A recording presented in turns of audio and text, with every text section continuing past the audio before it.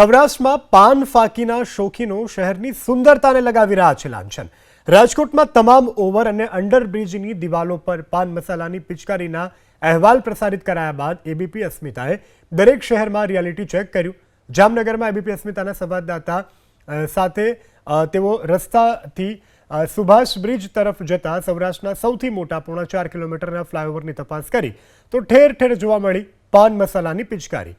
હજુ સોમવારે તો બ્રિજને મુખ્યમંત્રીના હસ્તે ખુલ્લો મુકાયો છે, જેના પર 4 જ દિવસમાં પાન મસાલાની પિચકારીથી બ્રિજની દિવાલો ગંદી કરી નાખવામાં આવી છે। હું અત્યારે જામનગરના એ સ્થળ પર છું જે લોકાર્પણ થયાને આજે 5મો દિવસ છે।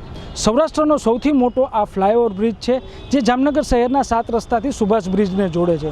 આજે 5મો દિવસ છે, પરંતુ આ ફ્લાયઓવર બ્રિજની લોકોએ જે હાલત કરી છે તે જુઓ। હું કેમેરામેનને કહીશ એ દ્રશ્યો છે તે આપને બતાવશે। આ ફ્લાયઓવર બ્રિજ ઉપરના દ્રશ્યો છે કે જ્યાં રંગરોગાન કરવામાં આવ્યું છે।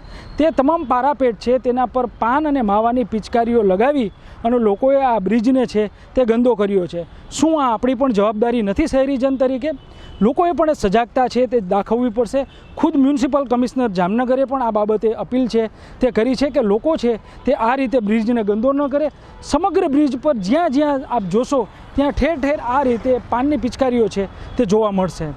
રવિ બુદ્ધદેવ, એબીપી અસ્મિતા, જામનગર।